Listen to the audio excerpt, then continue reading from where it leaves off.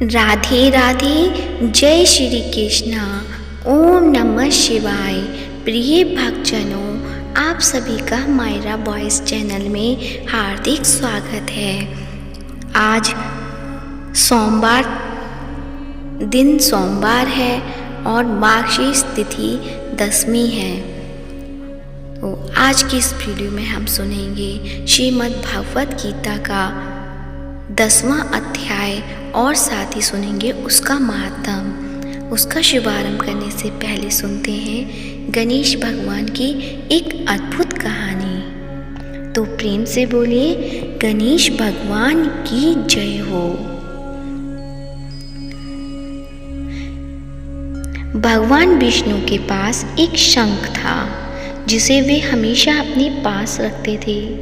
एक दिन उन्होंने देखा कि शंख गायब है और कहीं नहीं मिल रहा है। इससे वे बहुत नाराज हुए और उन्होंने सारी शक्तियाँ शंख को खोजने में लगा दीं। शंख की खोज जारी थी, तभी भगवान विष्णु को अचानक दूर से शंख की ध्वनि सुनाई देने लगी। उन्होंने उस दिशा में शंख की खोज शुरू की और जल्द ही उन्हें एहसास हुआ कि यह ध्वनि कैलाश पर्वत से ही आ रही है। जब वे कैलाश पर्वत पर पहुँचे तो उन्हें पता चला कि शंख भगवान गणेश ने ले लिया है और वे इसे बजाने में व्यस्त हैं। यह जानते हुए कि भगवान गणेश आसानी से नरम नहीं पड़ेंगे, उन्होंने शिव की तलाश की और उनसे गणेश से शंख वापस लौटाने का अनुरोध करने को कहा। शिव जी ने कहा कि उनके पास भी गणेश जी की इच्छा पूरी करने की शक्ति नहीं है और उन्हें प्रसन्न करने का एकमात्र तरीका उनके लिए पूजा करना है। इसलिए भगवान विष्णु ने वैसा ही किया। उन्होंने पूजा के लिए सभी आवश्यक सामग्री तैयार की और मन ही मन गणेश जी की पूजा की। यह देखकर गणेश जी बहुत प्रसन्न हुए और उन्होंने विष्णु जी का शंख उन्हें वापस कर दिया। तो इससे हमें पता चलता है कि कैसे भगवान विष्णु जैसे महान भगवान ने भी गणेश जी की पूजा करने में संकोच नहीं किया। तो प्रेम से बोलिए, गणेश भगवान की जय हो।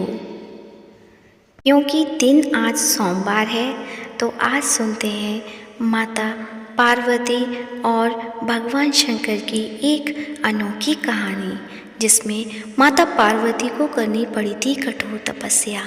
तो आइए सुनते हैं ये कहानी। तो प्रेम से बोलिए, शंकर भगवान की जय हो, माता पार्वती की जय हो। माता पार्वती पूर्व जन्म में राजा हिमवान और रानी मैनावती की पुत्री थी। माता पार्वती हमेशा से ही शिव जी से विवाह करना चाहती थी, लेकिन शिव जी को पाना इतना आसान नहीं था, जिसके लिए माता पार्वती ने कठोर तपस्या शुरू की। पार्वती की तपस्या से तीनों लोक में हाहाकार मच गया और बड़े बड़े पर्वत भी डगमगाने लगे। यह देख शिव जी माता पार्वती की तपस्या से प्रसन्न हुए और उन्हें दर्शन देकर किसी राजकुमार के साथ विवाह करने की सलाह दी, लेकिन पार्वती ने साफ इनकार कर दिया। माता पार्वती ने कहा कि वो मन में ही शिव को अपना पति मान चुकी हैं, इसलिए किसी और से विवाह करना उनके लिए असंभव है। भगवान भोलेनाथ अपने प्रति पार्वती का इतना प्यार देखकर उनका मन पिघल गया, जिसके बाद वे पार्वती से विवाह के लिए तैयार हो गए। तो प्रेम से बोलिए, शंकर भगवान की जय हो, माता पार्वती की जय हो। तो आइए प्रिय भक्तजनों, अब सुनते हैं श्रीमद् भगवत गीता का 10वां अध्याय। तो प्रेम से बोलिए, कृष्ण भगवान की जय हो। भगवान ने कहा, हे महाबाहु, मेरी दिव्य शिक्षाओं को फिर से सुनो, क्योंकि तुम मेरे प्रिय मित्र हो। इसलिए मैं तुम्हारा कल्याण चाहता हूँ और उन्हें तुम्हें बताता हूँ। ना तो देवगण और ना ही महान ऋषिगण मेरी उत्पत्ति को जानते हैं, मैं ही वह स्रोत हूँ जहाँ से देवता और महान ऋषिगण आते हैं। जो लोग मुझे अजन्मा, अनादि तथा ब्रह्मांड के परमेश्वर के रूप में जानते हैं, वे सभी मनुष्य मोह से मुक्त हो जाते हैं तथा समस्त बुराइयों से मुक्त हो जाते हैं।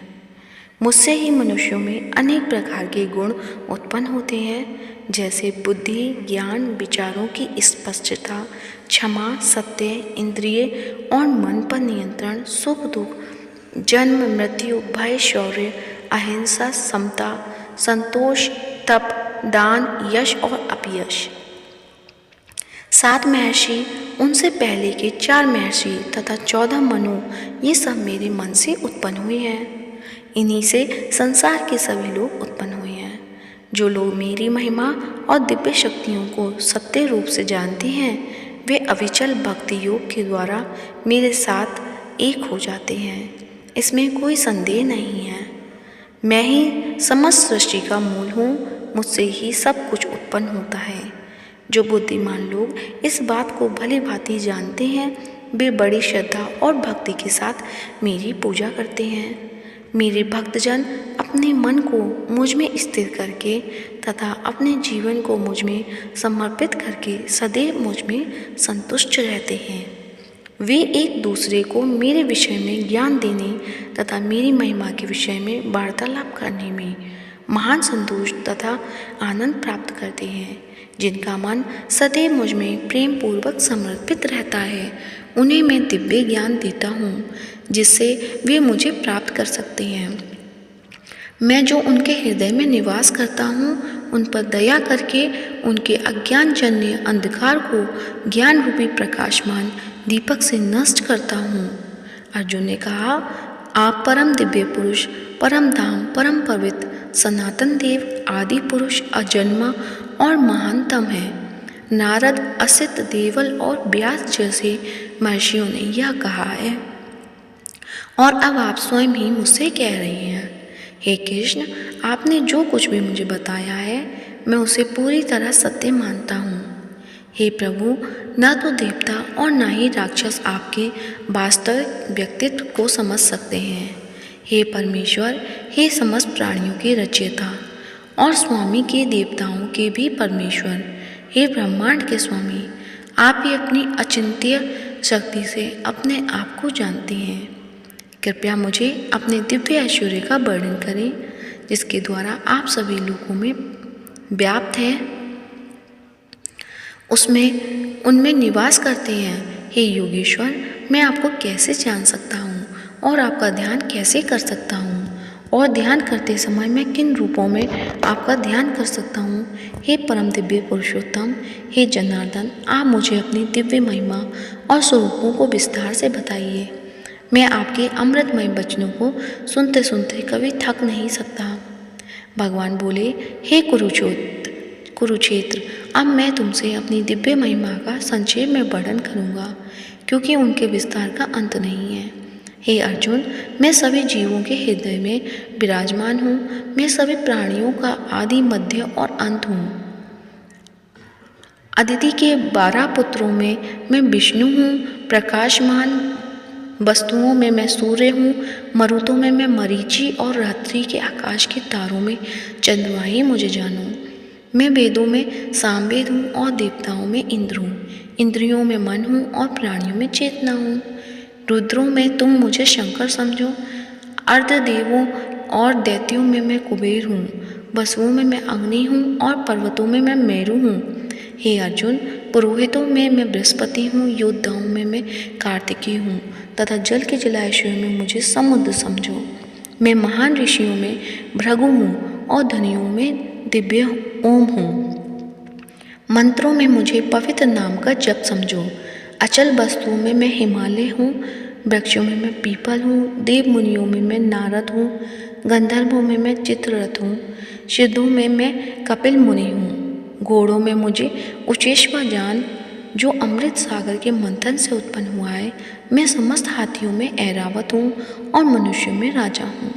मैं शस्त्रों में वज्र हूँ। गौ में कामधेनु हूँ। मैं प्रेम का देवता हूँ। मैं संतानोत्पत्ति के सभी कारणों में कामदेव हूँ और सर्पों में वासुकी हूँ।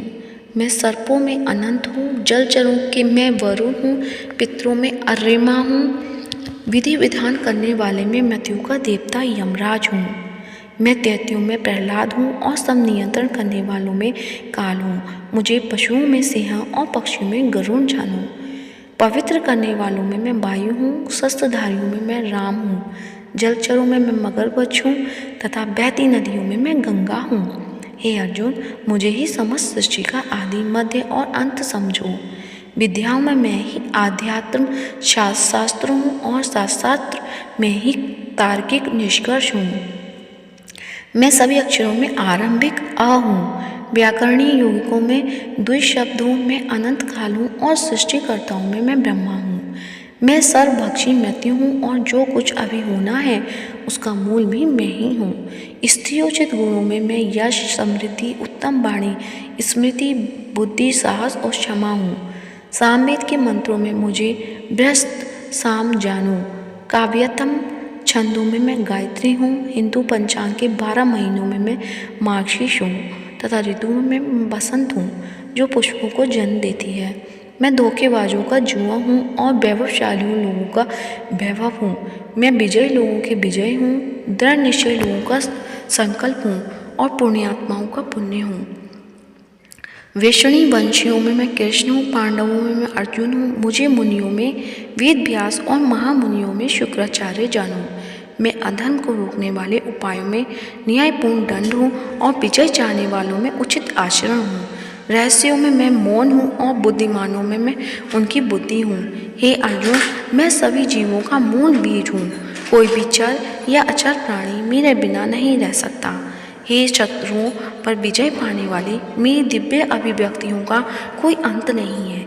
मैंने जो कुछ तुम्हारे समक्ष प्रकट किया है वह मेरी अनंत महिमा का एक नमूना मात्र है। जो कुछ भी तुम सुंदर, महिमामयी या शक्तिशाली देखते हो उसे मेरे तेज एक चिंगारी से उत्पन्न हुआ जानो। हे अर्जुन, इस विस्तृत ज्ञान की क्या आवश्यकता है? बस इतना जान लो कि मैं अपने एक अंश से इस संपूर्ण सृष्टि में व्याप्त हूँ और उसे धारण करता हूँ। प्रेम से बोलिए कृष्ण भगवान की जय हो। श्रीमद् भगवद गीता का 9वां अध्याय समाप्त हुआ। तो प्रेम से बोलिए भगवान कृष्ण की जय हो। अब सुनते हैं 10वां अध्याय का महात्म। भगवान शिव कहते हैं, सुंदरी, अब तुम 10वें अध्याय के महात्म्य का परम पावन कथा सुनो, जो स्वर्ग रूपी दुर्ग में जाने के लिए सुंदर सोपान और प्रभाव की चरम सीमा है।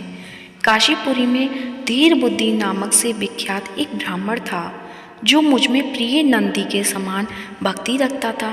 वह पावन कीर्ति के अर्जुन में तत्पर रहने वाला, शांतचित्त और हिंसा कठोरता और दुस्साहस से दूर रहने वाला था।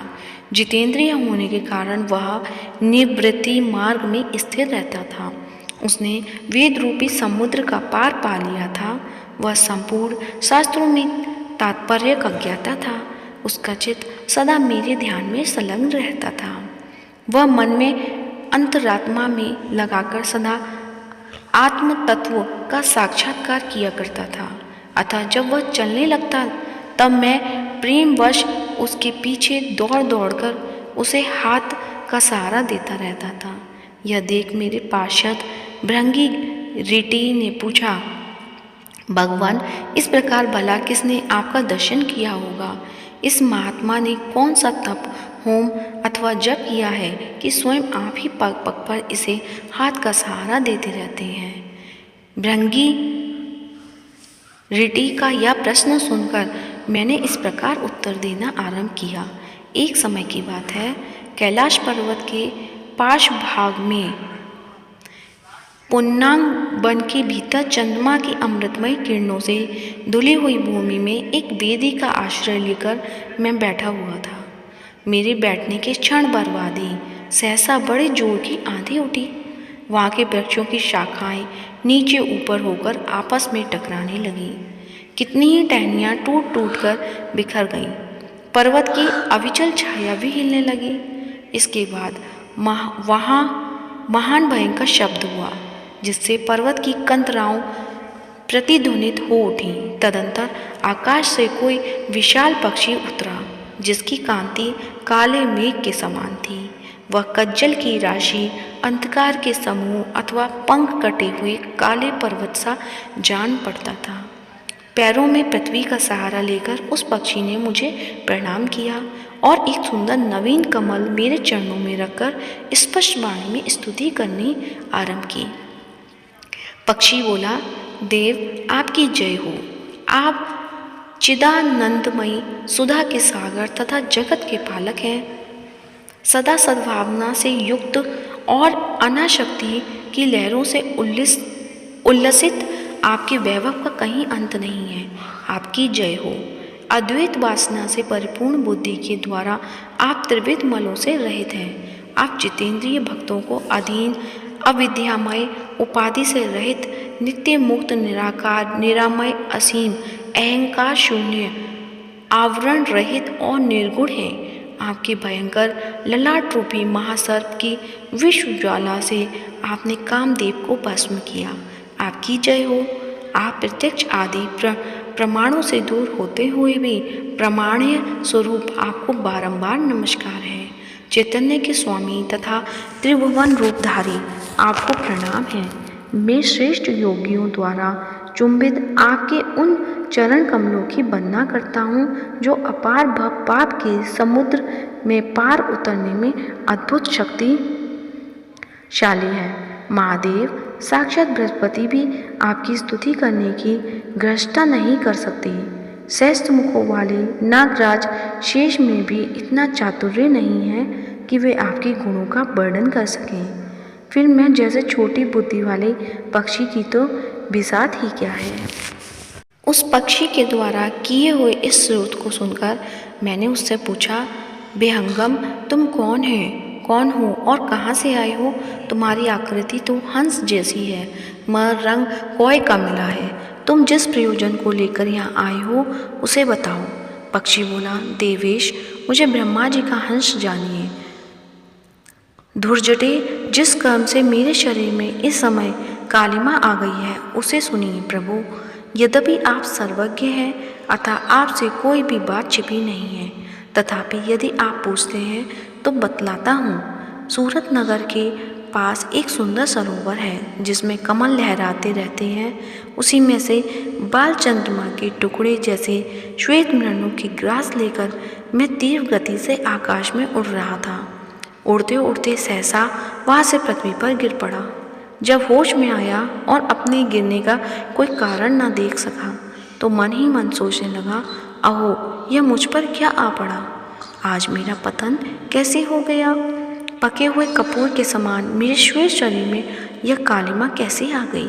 इस प्रकार विस्मित होकर मैं अभी विचार ही कर रहा था कि उस पोखरे के कमलों में से मुझे ऐसी वाणी सुनाई दी, हंस उठो, मैं तुम्हारे गिरने और काले होने का कारण बताती हूँ। तब मैं उठकर सरोवर के बीच गया और वह 5 कमलों से युक्त एक सुंदर कमलिनी को देखा। उसको प्रणाम करके मैंने प्रदक्षिणा की और उसके अपने पतन का कारण पूछा। कमलिनी बोली, कल हंस तुम आकाश मार्ग से मुझे लांग कर गए हो। उसी पातक के परिणामवश तुम्हें पृथ्वी पर गिरना पड़ा है तथा उसी के कारण तुम्हारे शरीर में कालिमा दिखाई देती है। तुम्हें गिरा देख मेरे हृदय में दया भर आई और जब मैं इस मध्यम कमल के द्वारा बोलने लगी हूँ उस समय मेरे मुख से निकली हुई सुगंध को सूंघकर 60,000 भंवरे स्वर्गलोक को प्राप्त हो गए हैं।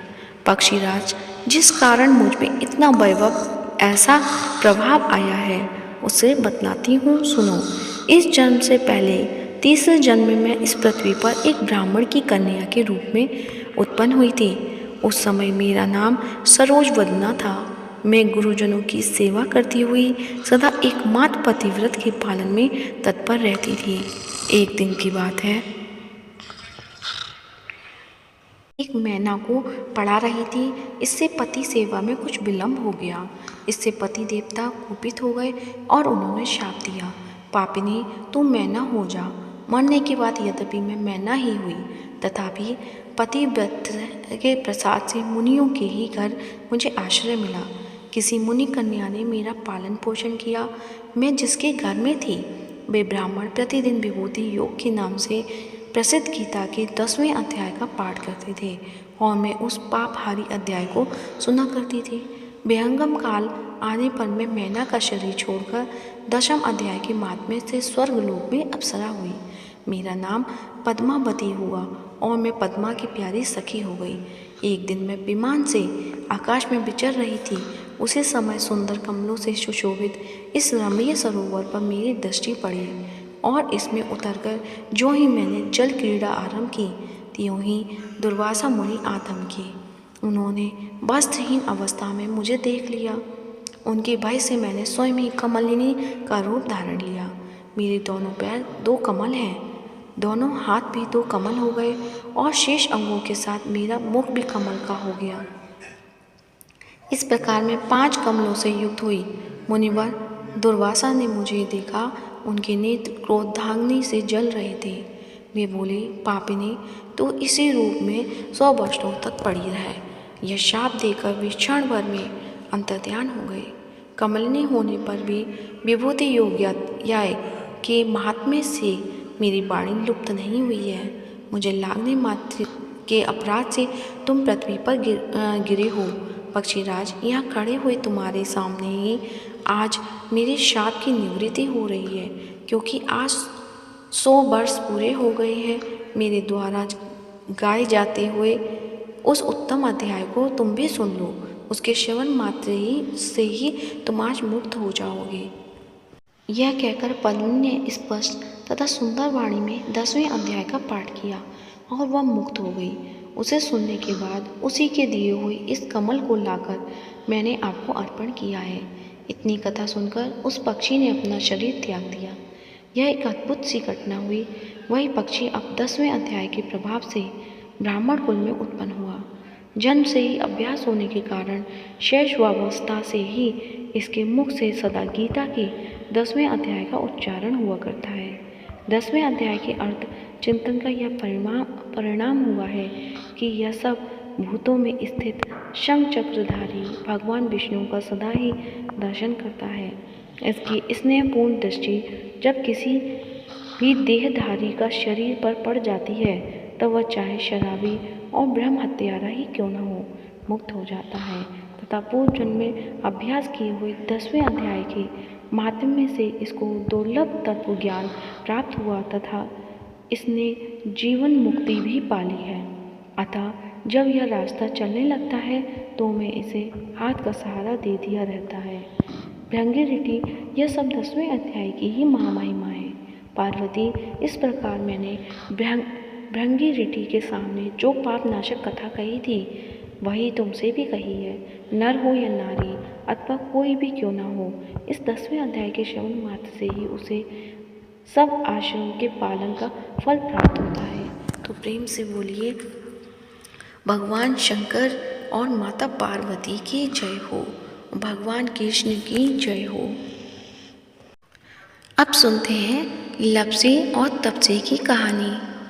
तो प्रेम से बोलिए, लप्सी और तपसी की जय हो।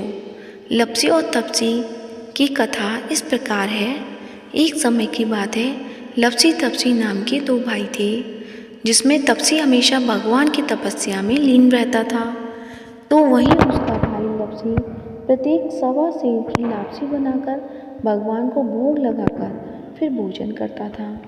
एक दिन किसी कारण दोनों भाई में लड़ाई हो गई। तपसी का कहना था कि मैं बड़ा हूँ और लप्सी बोला मैं बड़ा हूँ। दोनों लड़ ही रहे थे, इतने में वहाँ नारद जी आ गए। नारद जी ने कहा कि आप दोनों क्यों लड़ रहे हो। तब उन दोनों ने अपनी लड़ाई की वजह बताई। दोनों ने नारद जी से पूछा कि आप ही बताइए, हम दोनों में कौन बड़ा है। नारद जी ने कहा, अभी तो मैं जल्दी में हूँ, लेकिन इस बारे में आपको जरूर बताऊँगा। इतना कहकर नारद जी चले गए। दूसरे दिन जब नारद जी आए तो उन्होंने एक एक कीमती अंगूठी उन दोनों के आगे रख दी। तपसी ने तुरंत ही अंगूठी अपने घुटने के नीचे छुपा ली और सोचने लगा कि मुझे खूब धन मिलेगा। जिससे मैं यज्ञ करूँगा और अपने आप ही बड़ा हो जाऊँगा। लप्सी ने जब अंगूठी देखी तो वो सोचने लगा कि इसे अगर मैं अपने पास रखूँगा तो कोई भी आकर मेरी गर्दन काट देगा। ऐसा सोचकर लप्सी ने वो अंगूठी फेंक दी। फिर नारद जी ने तपसी से पूछा कि तेरे घुटने के नीचे क्या है। तपसी ने अपना घुटना उठाया तो वह अंगूठी निकली। तब नारद ने कहा कि न भजन भाव करने के बाद भी तेरे मन में लालच है, इसलिए तेरे से तो लप्सी ही बड़ा है और अब तुम्हें तुम्हारी तपस्या का फल भी नहीं मिलेगा। तपसी शर्मिंदा होकर माफ़ी मांगने लगा। तब तपसी बोला, नारद देव जी, मेरी आदत कैसे छूटेगी और मेरा पाप कैसे उतरेगा, इसके लिए कोई उपाय बताएं। तब नारद जी ने कहा कि अगर यदि कोई गाय और कुत्ते की रोटी नहीं बनाएगा तो फल तुझे मिलेगा।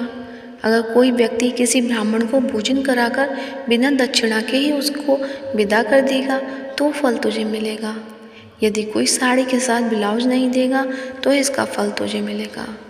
यदि कोई व्यक्ति दीपक से दीपक जलाएगा तो भी फल तुझे मिलेगा। वहीं अगर कोई तुम्हारी कहानी नहीं सुनेगा तो भी फल तुम्हें मिलेगा। कहते हैं उसी दिन से व्रत कथा के साथ लप्सी और तपसी की कहानी पढ़ना और सुनना अनिवार्य हो गई। तो प्रेम से बोलिए लप्सी और तपसी की जय हो। अब सुनते हैं श्री कृष्ण चालीसा। प्रेम से बोलिए कृष्ण भगवान की जय हो। वंशी शोभित कर मधुर नील जलतन श्याम अरुण अधर जनु बिम फल नयन कमल अविराम पूर्ण इंद अरविंद मुख पीतांबर शुभ साज जय मनमोहन मदन छवि कृष्ण चंद्र महाराज। जय यजुनंदन जय जगवंदन जय वसुदेव देवकी नंदन जय यशोदा सुत नंद दुलारे जय प्रभु भक्तन के दिगतारे। जय नट नागर नाग नतैया कृष्ण कन्हैया धेनु चरैया पुनि नख पर प्रभु गिरवर धारो आओ दीनन कष्ट निवारो। वंशी मधुर अधर धरी अरि तेरो होबे पूर्ण विनय मेरो आओ हरि पुनि माखन चाको आज लाज भारत की लाको। गोल कपोल चिबुक अरुणारे मृदु मुस्कान मोहिनी डारे राजित राजीव नयन विशाला मोर मुकुट वैजंती माला। कुंडल श्रवण पीत पट आछे कटि किंकड़ी काछ निकाछे नील जलद सुंदर तनु सोहे छवि लखी सुर नर मुनि मन मोहे। मस्तक तिलक अलक घुंघराले आओ कृष्ण बांसुरी बाले करी पै पान पूत नहीं तार्यो अका बका कागर सुर मार्यो। मधुवन जलद अगिन जब ज्वाला भय शीतल लखती नंद लाला सुरपति जब ब्रज चढ़ियो रिसाई मूसर धार बारी बरसाई लगत लगत ब्रज चहन बसायो गोवर्धन नख धारी बचायो लखी यशोदा मन भ्रम दिखाई मुख महा 14 भुवन दिखाई। दुष्ट कंस अति उधम मचायो कोटि कमल जब फूल मंगायो नाथी काल यही तब तुम ने चरण चिन्ह दे निर्भय कीने।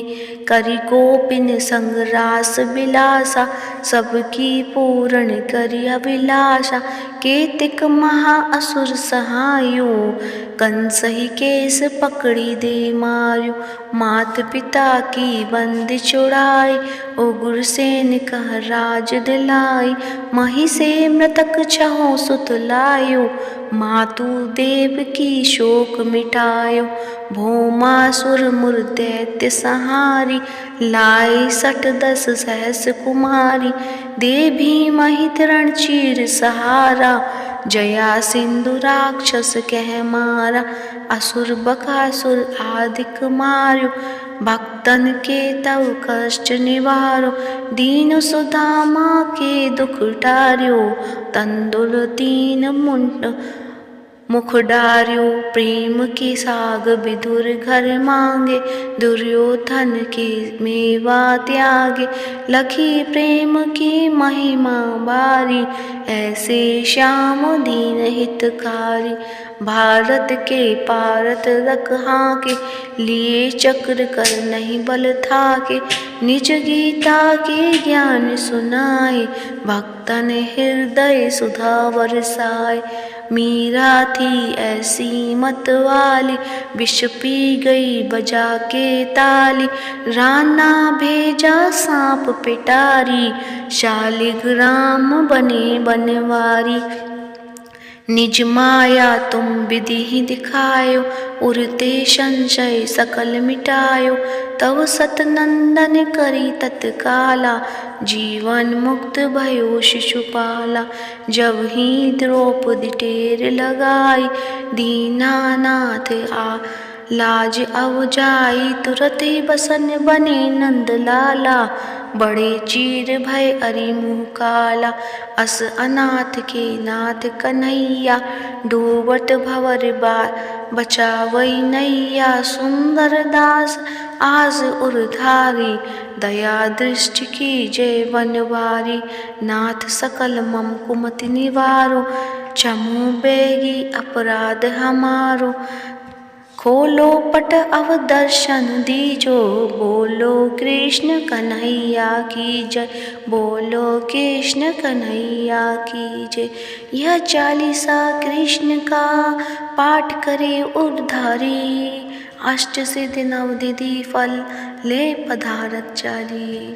श्री कृष्ण चालीसा समाप्त होती है तो प्रेम से बोलिए कृष्ण भगवान की जय हो। उम्मीद है आज का वीडियो पसंद आया होगा। पसंद आया है तो वीडियो को लाइक करें, ज़्यादा से ज़्यादा शेयर करें और कमेंट बॉक्स में कृष्ण भगवान की जय हो अवश्य लिखें और चैनल को सब्सक्राइब करें। कान्हा जी आप सभी पर अपनी कृपा सदैव बनाकर रखें। धन्यवाद। जय श्री कृष्णा।